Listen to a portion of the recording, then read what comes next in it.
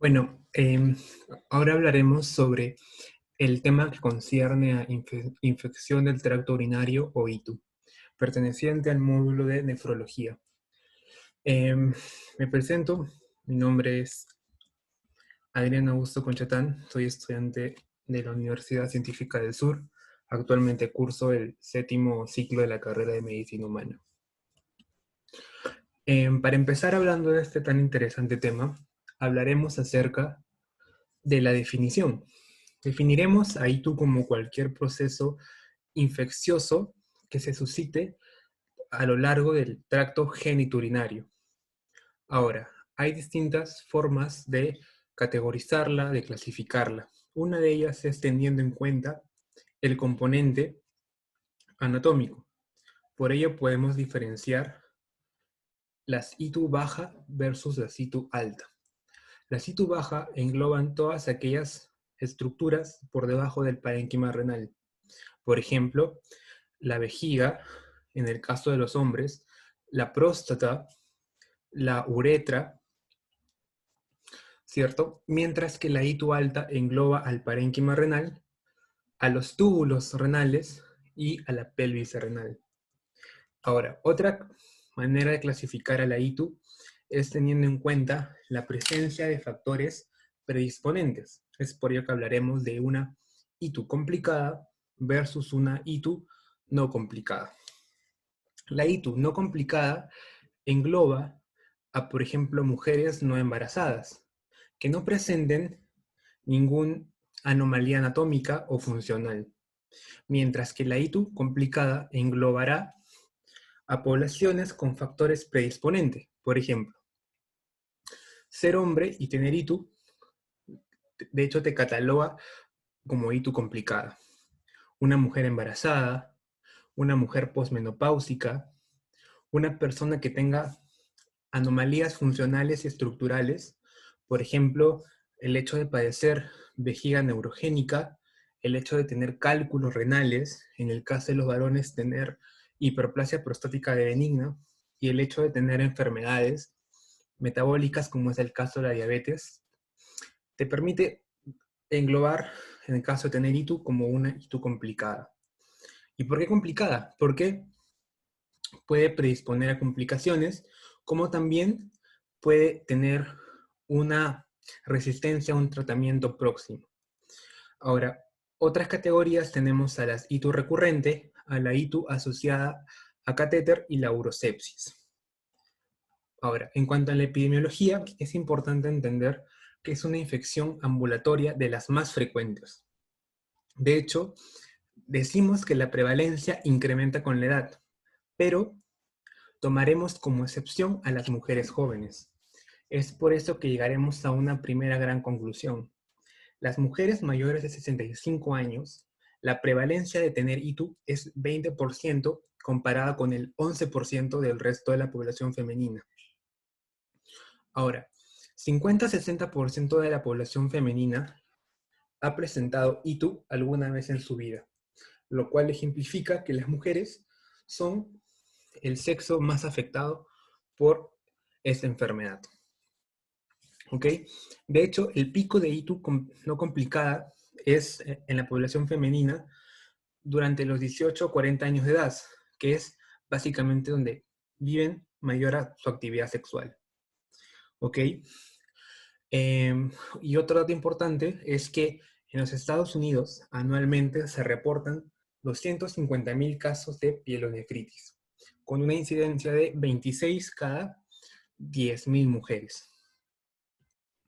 Ahora, respecto a la etiología, la principal causa es la infección bacteriana. Como podemos observar en este gráfico, el principal agente involucrado en la cistitis no complicada, cistitis complicada, pielonefritis y urosepsis es la Escherichia coli, un bacilo gram negativo.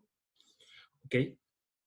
Veamos que en la gran mayoría de casos, ya sea en la cistitis complicada, en la pielonefritis y en la urosepsis, el agente que nos sigue en proporcionalidad es la Klebsiella. ¿Ok? Seguido inmediatamente por la Pseudomonas. ¿Ok? Y podemos observar en menor grado distintos tipos de bacteria. Ahora, en cuanto a la fisiopatología, hay dos vías: la ascendente, que representa el 85% de los casos, y la hematógena, que supone el 15% restante. En la fisiopatología de la vía ascendente comienza con una infección en la uretra distal, una colonización, la cual por factores predisponentes puede llegar a una cistitis. Por ejemplo, el hecho de tener una sonda, el hecho de tener relaciones sexuales en las mujeres predispone o es un factor de riesgo para desarrollar ITU. En caso no existan estos factores, mucho jugará en riesgo la virulencia del agente patógeno. Es por ello que las mujeres son más susceptibles por el hecho de que su uretra es de menor tamaño. Luego de ello, en caso las bacterias lleguen a la vejiga, se desencadenará una cistitis, la cual puede presentar sintomatología como no puede. Posterior a ello, ciertos factores de riesgo como la presencia de un cálculo renal, reflejo vésico-ureteral, pueden predisponer que estas bacterias asciendan a través de los uréteres y finalmente colonicen el parénquima renal, ¿cierto? Los túbulos renales y la pelvis renal, constituyendo de esta forma una ITU alta, una pielonefritis como tal. Ahora, el 15% restante es la vía hematógena, que supone la llegada de los microorganismos por la sangre. En este caso, se encuentran bacterias gram positivas como es el Staphylococcus aureus, que puede provenir de un foco infeccioso como por ejemplo una endocarditis. Prosigamos. En este gráfico lo vemos desde un punto de vista molecular. Como podemos observar, UPEC o Escherichia coli uropatógena llega al uroepitelio y es reconocido por los receptores que reconocen patrón, los PAMs, ¿cierto? Y estos liberan una serie de interleuquinas, como es la interleuquina 1, la prointerleuquina 1, la interleuquina 6, el factor de necrosis tumoral alfa, el cual induce un proceso inflamatorio, una migración de los neutrófilos, los macrófagos, del torrente sanguíneo hacia el uroepitelio, induciendo un proceso inflamatorio y desencadenando de cierta forma un daño en el uroepitelio. Es por eso que podemos ver el desprendimiento de estas células. Ahora, en cuanto al cuadro clínico, es importante diferenciar que ITU alta e ITU baja dan sintomatología distinta. ¿Qué quiere decir? La ITU baja, como por ejemplo vemos acá cistitis, se manifiesta como disuria, es decir, ardor al miccionar. Hay un incremento en la frecuencia urinaria, pero con escasa diuresis, es decir, poliaquiuria. Hay urgencia o incontinencia, puede haber dolor suprapúbico, ¿ok? De hecho, también se asocia a tenesmo vesical, ¿cierto? Pero a medida que la severidad incrementa, podemos incluso llegar a una pielonefritis, la cual ya se asocia a fiebre, a dolor en los flancos, ¿ok? Y síntomas inespecíficos. Y esto seguirá de tal forma, incrementando la severidad hasta llegar al peor de los casos, un shock uroséptico, que podemos definirlo como un fallo multiorgánico debido a una hipotensión. ¿Ok? Esto de hecho se puede complicar con acidosis láctica, oliguria, ¿cierto? Y lógicamente que el pronóstico de vida en estos pacientes suele ser de muy mal pronóstico. Entonces, diferenciamos ITU alta e ITU baja. ITU baja da síntomas como ya mencionamos, disuria, poliaquiuria, incontinencia, dolor suprapúbico, tenesmo, mientras que la pielonefritis o ITU alta se asocia, puede presentar los mismos síntomas de una ITU baja, pero presenta síntomas inespecíficos como fiebre, dolor en los flancos, ¿cierto? Y en la región dorsal. Bueno, en el diagnóstico clínico es importante entender que la prueba gold estándar es el urocultivo. Una bacteriuria asintomática, es decir, la presencia de bacterias en un urocultivo, pero sin síntomas. ¿Qué es lo que encontraremos?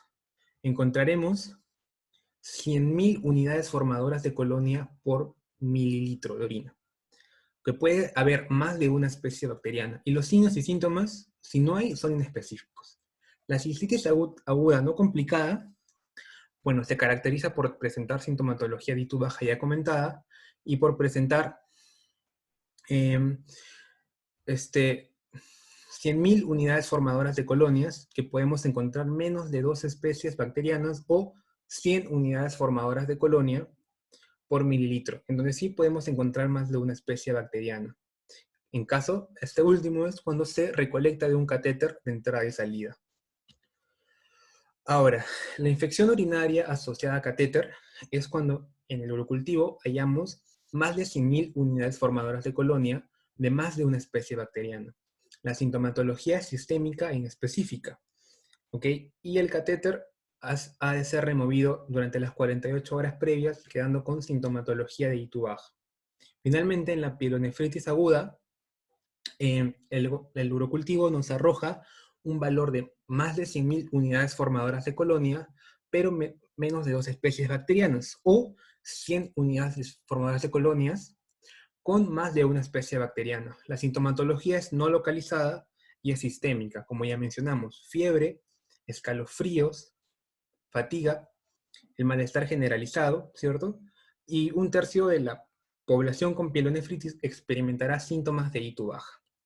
Finalmente, acá les adjunto un artículo científico, el cual fue publicado durante este último año y nos habla acerca de la perspectiva actual en cuanto a la interacción del patógeno con el huésped y nuevas estrategias terapéuticas para esta enfermedad.